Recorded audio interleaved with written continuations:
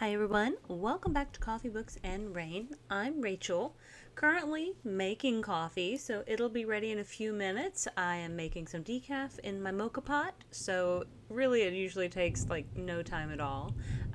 We've got books and reviews, and we don't have rain, but I think it's in the forecast, so we'll work with what we've got. And today we are working with the book Night Film by Marisha Pessl. Now, Marisha Pessl came across my radar when I read her book Darkly. And it's not back here. I thought it was. It must be on my shelf either over there or in the living room. Oh, there it is, right there. There it is. I thought it was over here. But when I read Darkly, I loved it. And I think somewhere on this channel there's probably a review for that particular book. And so that one was more of a recent release. I want to say potentially last year. Really good. So good that I ended up like buying a copy for my mom who also really liked it. And so I wanted to read some other books by Marisha to see what else about her style I might enjoy. And this book was really pretty interesting. Now, I did have the audiobook for this one. I used a credit that I had on Audible and just got it that way. So let us dive into Night Film. Goodreads Choice Award nominee for Reader's Favorite Mystery Thriller in 2013. On a damp October night, 24-year-old Ashley Cordova is found dead in an abandoned warehouse in Lower Manhattan. Though her death is ruled a suicide, veteran investigative journalist Scott McGrath suspects otherwise. As he probes the strange circumstances surrounding Ashley's life and death, McGrath comes face to face with the legacy of her father, the legendary, reclusive cult horror film director Stanislaw Cordova, a man who hasn't been seen in public for more than 30 years. For McGrath, another death connected to this seemingly cursed family dynasty seems more than just a coincidence. Though much has been written about Cordova's dark and unsettling films, very little is actually known about the man himself. Driven by revenge, curiosity, and the need for truth, McGrath, with the aid of two strangers, is drawn deeper and deeper into Cordova's eerie, hypnotic world. The last time he got this close to exposing the director, McGrath lost his marriage and his career. This time, he might even lose more. So it is considered a mystery, fiction, horror, thriller, and it is a little girthy. I will say the audiobook feels a little slow at times, but it's ultimately really, really good. It is about 640 pages in paperback, so pretty girthy, like I said, and it was first published July 16th of 2013. So, I didn't know about this book prior to reading Darkly. I do think I have I think I have Neverworld Wake in a hardback that I got from Thrift Books. It may be in the other room, as well as one of her other books, Special Topics in Calamity Physics, I think. I haven't read either of those, but I'm interested when I get a little bit of free time. Should I get some free time? I know I've been like kind of stacking these books back to back, but this is what I do in my downtime, is I just read. So, let's start off with Scott McGrath. We kind of meet him after this whole thing has gone down, where he has accused this director of doing some fairly horrific stuff. Like, he had gotten a call, because he's an investigative journalist, and he was pretty well renowned at that particular time.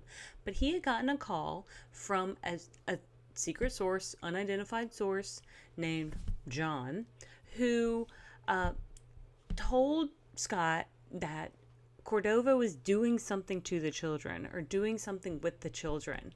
And so Scott ran with it from there, and he let himself kind of put the cart before the horse, ruining his own career. So he ultimately got sued for slander. His wife left him. Now he does not really have so much as custody with his daughter so much as he has visitation rights. So things are not going great for Scott. He has some money still set aside, but it's not a ton, and so his savings is dwindling pretty quick. And he's trying to make ends meet. Now, I do think this book takes place mainly in New York, so I'm kind of curious as to how he seems to be able to afford like the flat or place that he lives, but maybe he's still doing okay.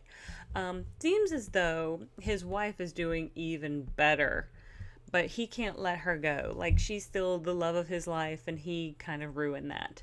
So now he's kind of on the outs with pretty much everyone from his past. Again, he ruined his own career by trying to break a story before he actually had enough details, information, evidence, corroborating witnesses, anything like that. So they were able to get him on like a slander charge, or defamation. So one of those two. I think one of those two is what it is. So when Ashley Cordova, and that is Stanislaus Cordova's daughter, and I want to say he only had two children. Cordova did. Ashley was the apple of his eye, and supposedly, according to pretty much anyone who encountered her, she was like this really kind of magnificent, magical person. She played piano like a prodigy. She was smart in school without having to try. So the fact that she would potentially self-exit from life, and I do credit Rotten Mangoes for that way of stating it. So they are the ones who kind of like, that's where I picked up the term of self-exiting. So I'll credit Rotten Mango for that phrasing. But he just doesn't believe it. He thinks there's got to be more to the story than that. So when he goes to the location that he feels like she was, or like her last known, I guess, where her body was found, he ends up finding this individual named Hopper. And Hopper seems like this, probably like an Abercrombie model, but also like a drug dealer. Like, he seems like he's probably pretty hot and charismatic, but he's got a lot of personal issues, like a lot of them. And I do think he is some sort of dealer for some people. Now, that's one particular person that he kind of meets up with. But Hopper's also invested in Ashley's story, and we don't really know why as of this moment yet, which does get revealed through the story later on. I had my suspicions, but I don't want to reveal too much of that just yet. So we also, through just basic, like him doing some footwork, Scott doing footwork and things of that nature, he runs across this other, seems like she's about a 19-year-old wannabe actress who's doing coat check at either a restaurant or a hotel. Well, her name is Nora. And so once he kind of figures out this particular person, just a little bit, like there's nothing, she's not really linked to Ashley other than they have crossed paths once before. And I think because Ashley had left a coat in coat check, and then Nora, because when it wasn't picked up, kind of, I think, snuck the coat away and potentially kept it. I think that's how, again, this book is kind of long, so some of the stuff that happens towards the beginning gets lost in my brain as we go further down this rabbit hole. Now, I wasn't sure, and I think this is a particular, I guess, positive for the book, is if we were going to be dealing with supernatural, paranormal, cult-like behavior, occult behavior, or if it was going to be mundane. And mundane just means non-magical, ritualistic beliefs, or how things were going to play out. I was really quite curious, and that is something that, at least just based on the two books that I have read by Marisha Pessl, is that the story, like the puzzles and the putting it together, she is very good at weaving these things together. and giving you this mental imagery that is complex and can be a little bit difficult to understand at times, at least with this one. But like there were some moments I was like, what is she trying to describe here? But ultimately, like, it does make some sense. And again, I was kind of hooked. Now, I will say that this book was probably longer than it needed to be. It was quite slow paced, and there's like three or four different points where this book could end, and it keeps going. Like, you think you get an ending, there's still more. You think you get an ending, there's still more. And so that's what we're doing.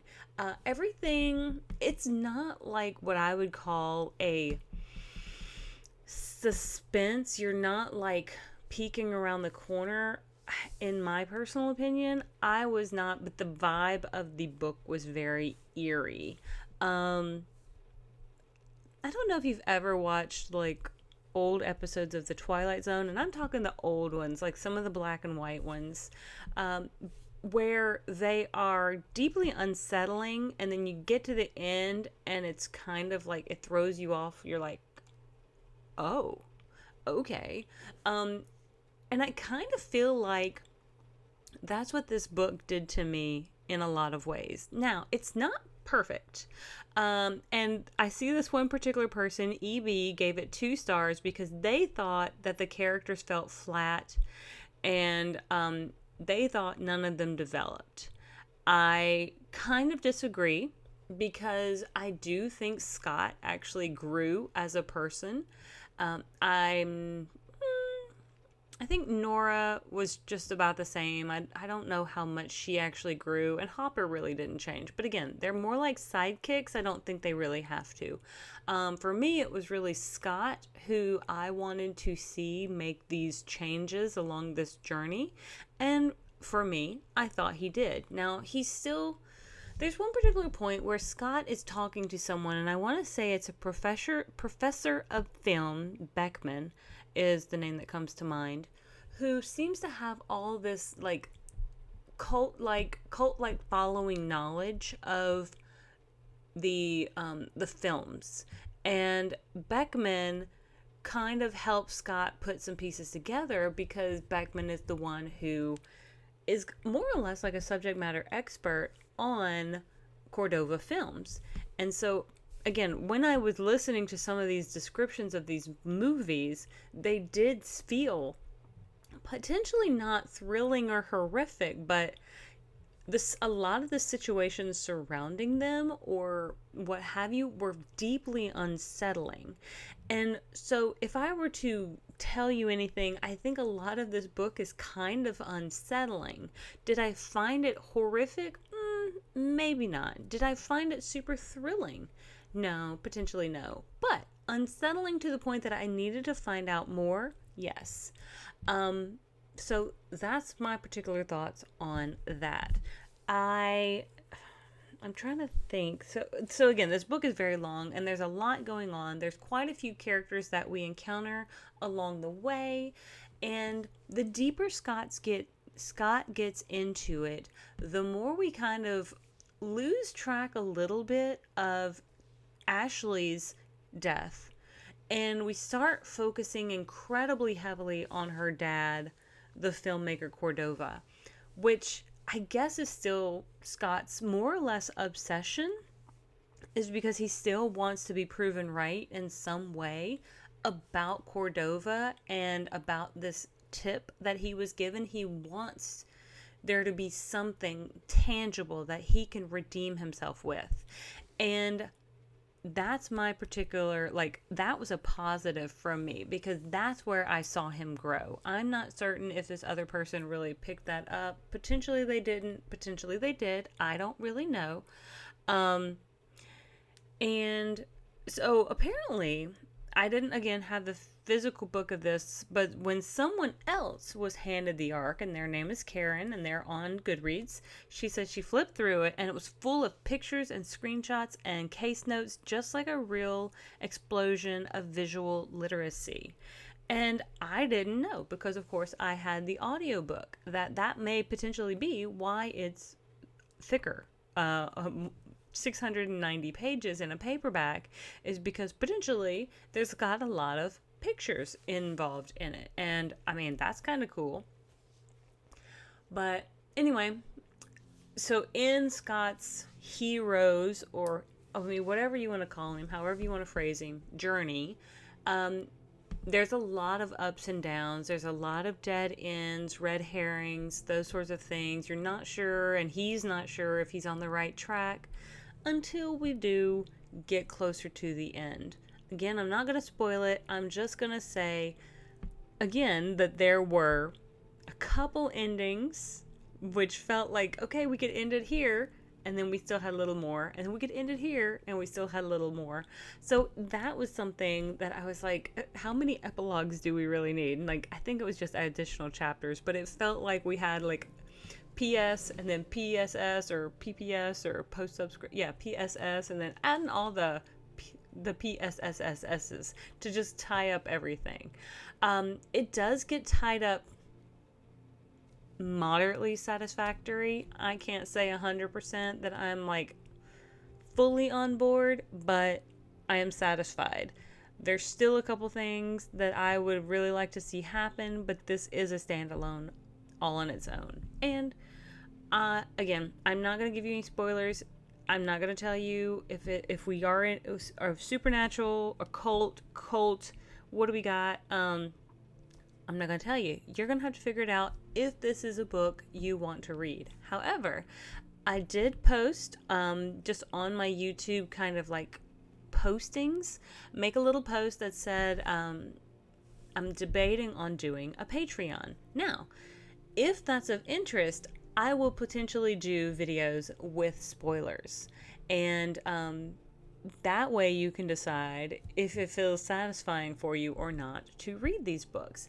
But coming on here on my regular YouTube channel, I've decided that I really want to try my best to not spoil these books, to give you enough that you want to read them, but not so much that you feel like you've got the whole thing. Like you've watched movie trailers that do that, right? Where it gives you all the best parts and then you get there and then the movie's a little lackluster. I hope I give you just enough, leaving enough of the good parts not said, so you all will consider picking it up and reading it for yourself. But I'm going to go ahead and leave this book there. Again, this was not an arc. This book came out over, what was that, 12 years ago. So just a book that I had in my Audible account that I wanted to listen to because I liked Marisha Pessl's Darkly. So ultimately, when I find time, I will pick up the Neverwake World, and I will potentially do the one about physics as well. We'll see which one gets to my TBR top of the list first. But thank you so much for joining me on this journey. I'll see you guys on the next page. Have a great one.